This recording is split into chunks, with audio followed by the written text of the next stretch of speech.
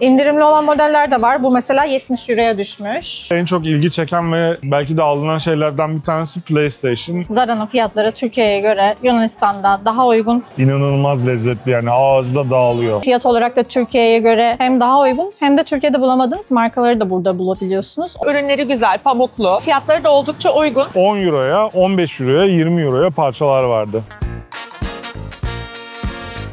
Herkese selam. Merhaba. Hatta yasas. Kalimera. Çünkü biz yine Alexandropoli'ye alışverişe geldik. Son Dedeağaç alışveriş videomuzdan beri bayağı zaman geçmiş. Bir de hazır Black Friday indirimleri de yaklaşıyorken fiyatlara bir göz atalım istedik. Yine aynı kadro geldik. Merve, Hasan ve Duru da bizimle beraberler. Bakalım farklı neler göreceğiz, neler alacağız. Hemen başlayalım hadi.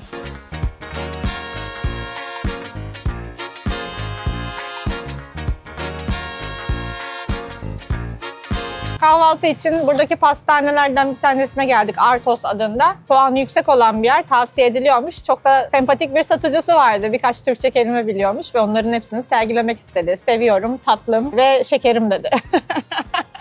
Farklı birkaç şey aldık hamur işi. Bu pizza böyle işte peynirli, salamlı, mantarlısı da vardı. Hemen bir tadına bakıyorum. Şu an çok sıcak olduğu için acayip lezzetli geldi. Buranın tek dezavantajı oturma yeri yok. Önündeki başka bir büfenin sandalyelerine geçici bir süreliğine oturduk şu anda.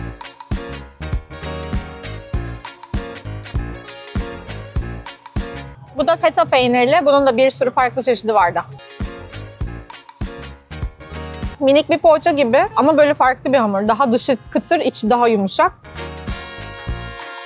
Burada yediğimiz her şeye bayıldık. Gerçekten bütün çeşitleri nefis. O yüzden evet, Bugatsa buraya gelindiğinde yenilmesi gereken bir şey ama Artos'u da pas geçmeyin deriz.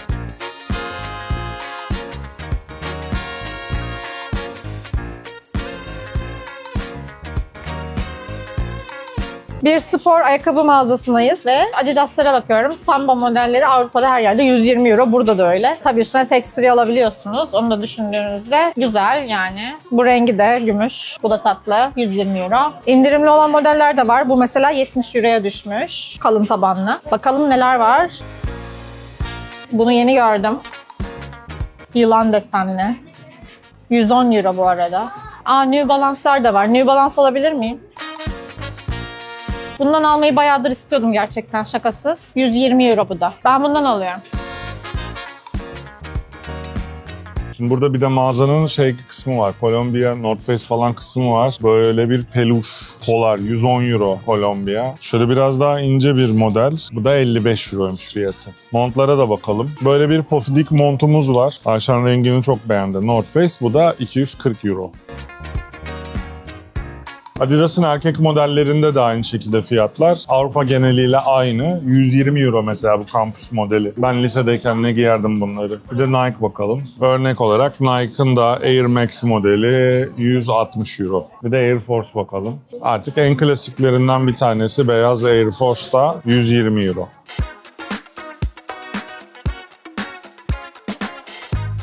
Buranın üst katı da var ve giyim ürünleri var burada da. Yine Adidas, Nike, ondan sonra Dickies var. Çok da güzel şeyler var valla.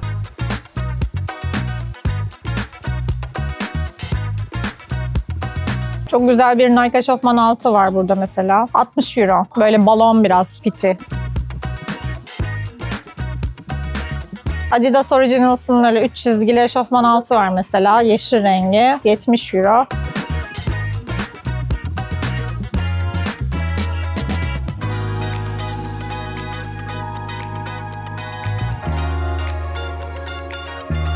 İkinci kahvaltı olarak da Bugatsa yiyelim dedik. Çünkü neden olmasın. Ama maalesef Bugatsacılar bu anda full çekiyor. İki sevdiğimiz mekana da baktık, yer bulamadık. Belki daha sonra olabilir. Velhasıl bir küçük kahve molası verdik, ondan sonra devam.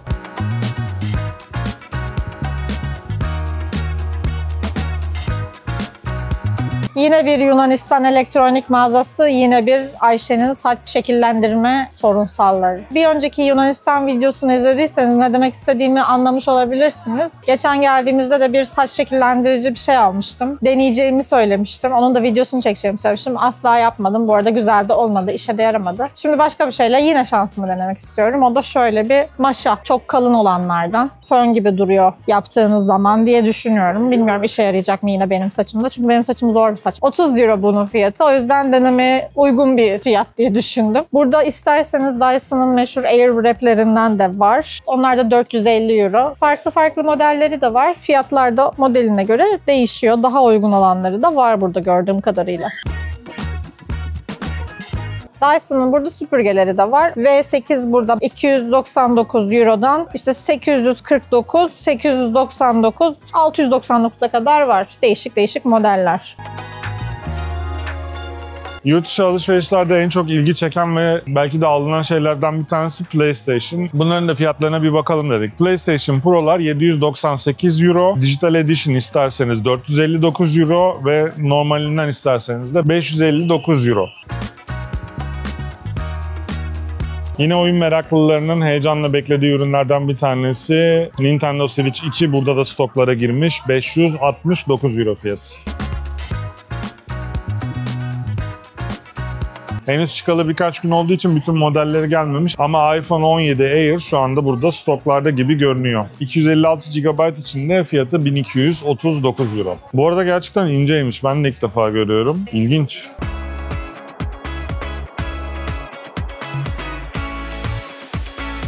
Burası 2 katlı bir mağaza. Çok büyük bir yer değil. İkinci katında oyuncak ve kitap var daha çok. Dolayısıyla elektronik daha alt katta. Küçük olmasına rağmen de aslında bol bol çeşit var ama göreceğimiz tek elektronik mağazası burası değil. Hadi devam edelim.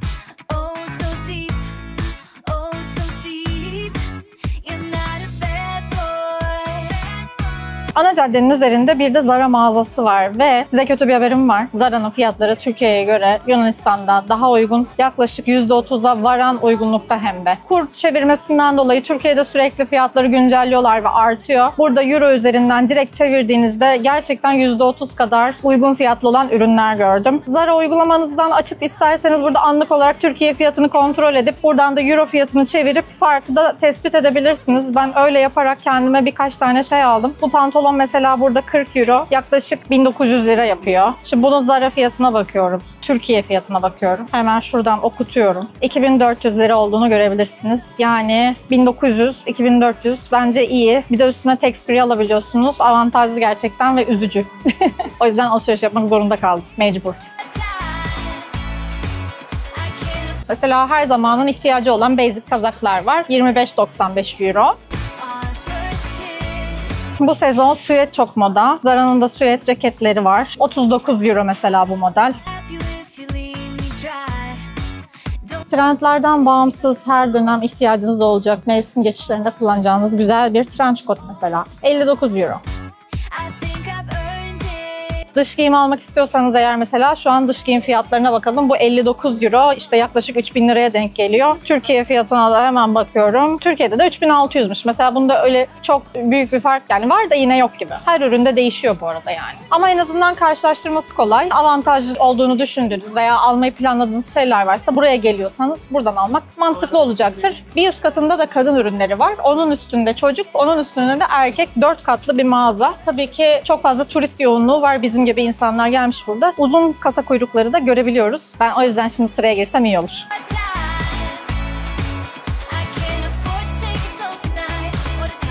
Alışverişiniz eğer toplamda 50 euronun üzerinde olduysa kasada ödeme yaparken tax free form istemeyi unutmayın. Bu sayede vergi iadesi alabilirsiniz. Bunun için de yanınızda pasaportunuzun bulunması lazım alışverişe çıkarken.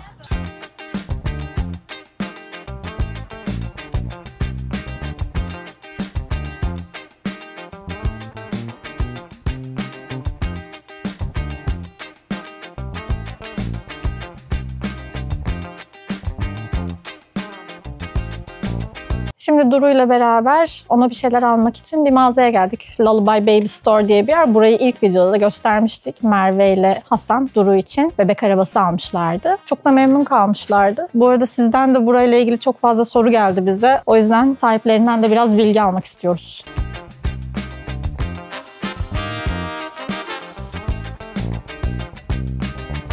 Dükkandaki sorumlu kişi de Helen. Bize burada yardımcı oluyor. Şimdi ona birkaç soru soracağım. İnsanlar buraya gelmeden önce ürünler hakkında nasıl bilgi alabilir?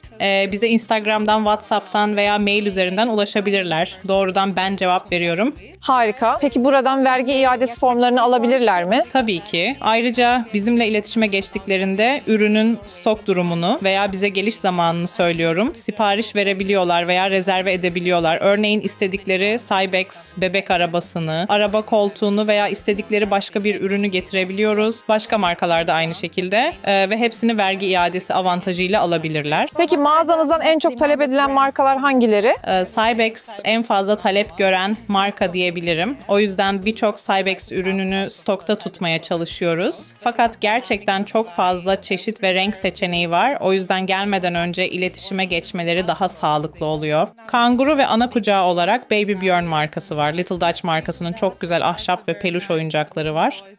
Meşhur zürafa Sophie var. Dr. Brown'un biberonları ve diğer ürünleri var. Trixie'nin çanta ve sulukları var. Munchkin gibi daha birçok iyi marka var. Tüm ürünlerimizi özenle seçiyoruz diyebilirim. Gerçekten harika. Teşekkürler Helen.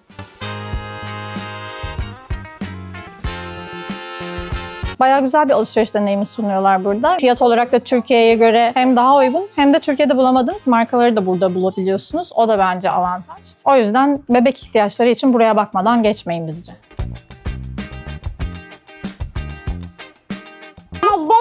Nerede? Ayda. Evet, Ayde'de.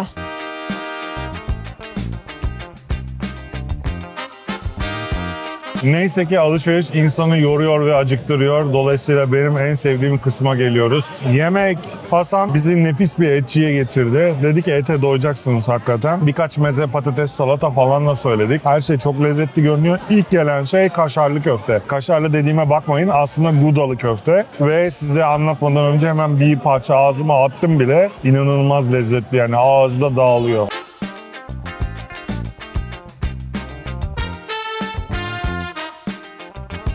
İkinci et çeşidimiz tavuklu souvlaki. Gördüğüm kadarıyla bunda ya köri gibi bir şey var veya zencefil, emin değilim, bakalım. Evet, tavuk göğüs şiş, kurumadan pişirmeyi başarmışlar ve köri ile beraber yapılmış. Ben çok beğendim.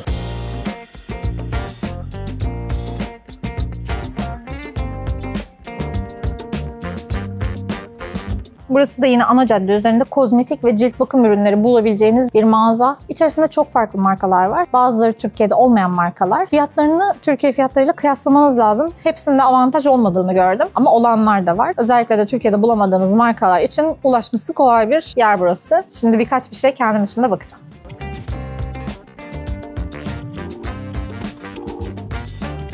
Mesela bu aralar çok popüler olan Medicube markası, Kore markası. Bunun burada serumları var, kolajenli. Onlardan alacağım. Bu elimdeki üçlü kolajen serumu 21.90 euro. Türkiye'de görmedim ben.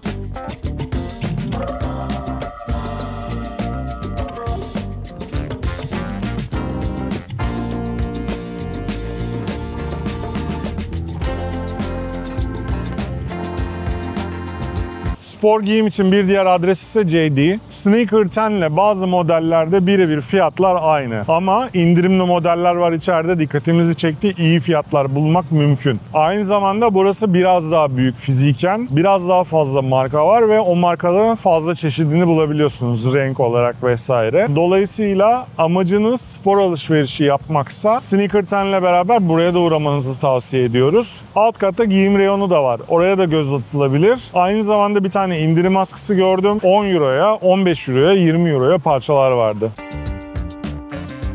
Bebişkolar ve çocuklar için alışveriş yapacaksanız kıyafet için orkestrayı görmek istersiniz diye düşünüyoruz. Şimdi Duru ve Merve içerideler. Gelin biz de neler var buraya bir bakalım.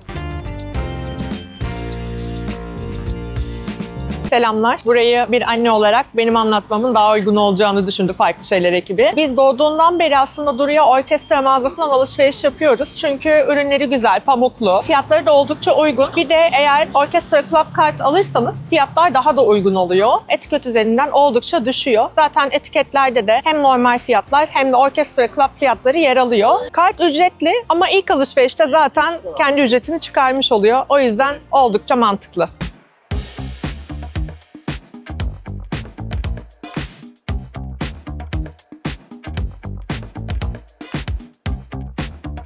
Kotsavolos'a geldik. Burada da fiyatları bir karşılaştıralım dedik. iPhone 17'nin Pro modelini burada görme şansımız oldu. Ama henüz stokta yokmuş. Fiyatlar 1499'a 1349 gibi görünüyor.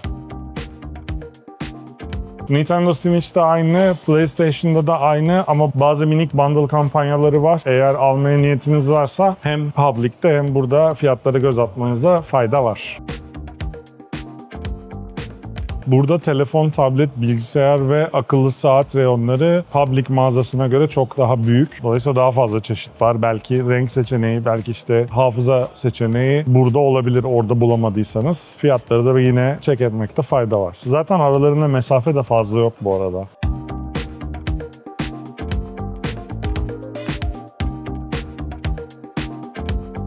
Gördüğünüz gibi mağaza alanı olarak Public'ten biraz daha büyük burası. Biz ilk videomuzda da gelmiştik ve o zaman biraz daha detaylı çekmiştik. Bütün fiyatları da göstermeye çalışmıştık. Ve o zaman Black Friday zamanıydı. Şu an Black Friday'e biraz daha zaman var. İnanılmaz kalabalık oluyor burası. Yani net bir şekilde şu belli, şu anki fiyatların biraz daha altında alma şansınız olacak. Dolayısıyla eğer seyahat planlıyorsanız ona da mutlaka dikkat edin. Bu arada yeri gelmişken hatırlatmakta fayda var. Bu bizim ikinci DDA alışveriş videomuz. Bu videoyu izlemediyseniz orada tavsiye ettiğimiz farklı mekanlar da var. Onu da izleyip tamamından bir liste çıkarmanız daha iyi olur.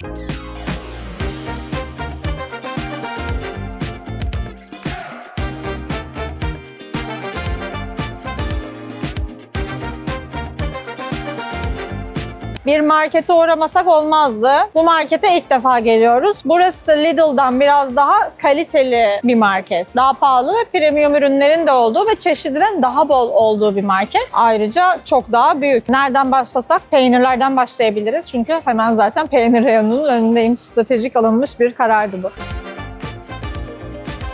Parmigiano Reggiano. Şöyle bir dilim. Bu kaç aylık? 30 aylıkmış. 5.30 gibi bir fiyatı var. Türkiye'de maalesef gerçek Parmigiano Reggiano bulamıyorsunuz. Parmesan adı altında satılan peynirler genelde Grada falan oluyor. En azından burada orijinalini alabilirsiniz diyelim. Feta almak isterseniz de mesela şurada 1 kiloluk bir paket var. 9.70 bugün promosyonu var. İşte 5.50'ye var. Burada daha küçük paketli 2.56'ya var. Kahve reyonundayız. Burada bir sürü değişik kahve var. Mesela biz çekirdek kahve genellikle satın alıyoruz. Lavaza'nın 1 kiloluk çekirdeği var. Barista Gran Crema. Bu 32 euro. 1 kilo çekirdek kahve. %100 Arabica Lavazza. Bu filtre kahve için hazır. Bu da 7.58. Birçok değişik çeşit var. Sıcak çikolata sevenler için Cadbury'nin sıcak çikolata tozu 250 gram 4.95. Hadi alalım bundan. Ki Cadbury güzel İngiliz çikolata markası. Sıcak çikolatasını da deneyelim. Foliyet mesela bu milföy gibi şekerli hamur, çıtır, İtalyan 1.74 bir paket. Bütün marketteki her şeyi tek tek tanıtacak değiliz ama ilginç şeyler yakaladığımız zaman hem alıyoruz hem anlatıyoruz. Biz de bir sürü sağdan soldan biliyorsunuz topluyoruz. Sanat eseri ya da işte baskısı ya da kopyası bir şeyler topluyoruz. O yüzden sürekli de çerçeve almamız gerekiyor. Mesela bu 30'a 40'lık çerçeve, metal çerçeve bu arada. 3.90 fiyatı, yani bayağı uygun.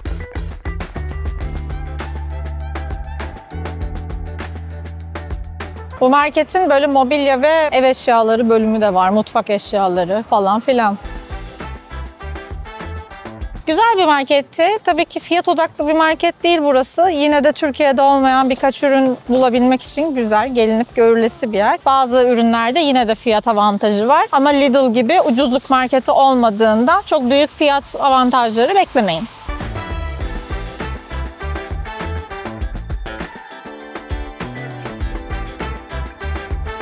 Aslında bu yoktu, içimizden geldi. Bu sefer de Jumbo'yu göstermeye gerek yok dedik. İlk videoda anlattık dedik ama yine de geldik. Belki değişik bir şeyler görürüz. Meşhur Jumbo market efendim. Temu'nun market hali. İçeride bilimum ıvır zıvır var. Gezip beraber bakalım işte. Meşhur Yunanistan kahvesi espresso freddo yapmak için bu makineleri kullanıyorlar. Bunlar da 17 euro burada almak isterseniz. Diğer teknoloji mağazalarında da görmüştük. Burada biraz daha uygun fiyatlıları. Hani bunun da makinesini alır mısınız bilmiyorum ama işte isterseniz burada var 20 euroya falan. Tabii sadece kahveyi değil başka bir sürü şey de köpürtebilir. Onu da düşünmek lazım. Sunumda her şeyi, her yeri foşur foşur yapmamız yok mu? Güzel bir kova yaptım ve başladım her yeri foşur foşur köpürtmeye.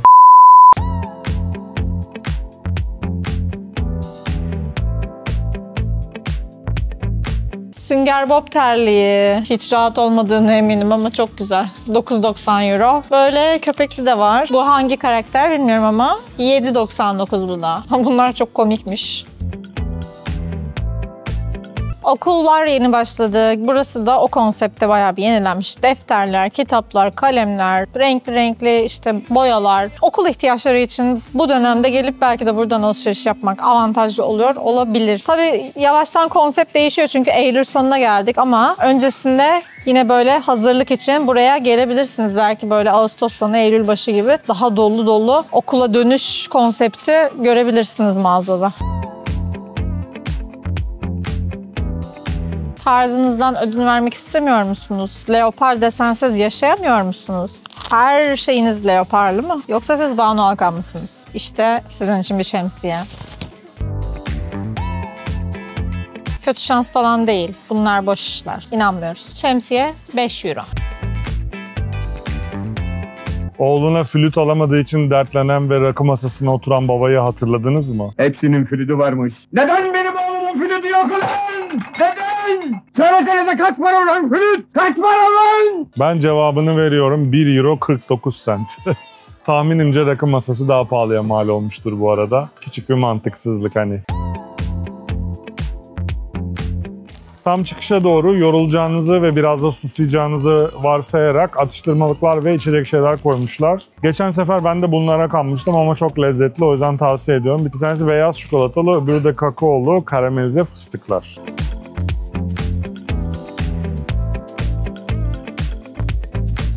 Alışverişinizi yaptınız, şimdi vergi iadesini alma zamanı. Yunanistan Kipi sınır kapısında şuradaki gümrük ofisine gidiyorsunuz. Yanınızda faturanız olacak, vergi iade formunuz olacak ve pasaportunuz olacak. Bu arada ürünleri de görmek isteyebilirler, aklınızda bulunsun. Oradan damga aldıktan sonra pasaporttan geçiyorsunuz ve bu sefer de şu görmüş olduğunuz Yunanistan tarafındaki free shop'a uğruyorsunuz. Girişte hemen sol tarafta vergi iadesiyle ilgilenen görevlileri göreceksiniz. Merak etmeyin, bu arada çoğu Türkçe konuşuyor ve takıldığınız yerlerde size yardımcı oluyorlar. Umarız videoyu beğenmişsinizdir ve sizler için faydalı olmuştur. Eğer beğendiyseniz lütfen beğen butonuna basmayı unutmayın. Aşağıya yorumlarınızı bekliyoruz. Kanala abone olup bir de arkadaşlarınızla paylaşırsanız çok süper olur. Bir sonraki videoda görüşürüz. Hoşça kalın.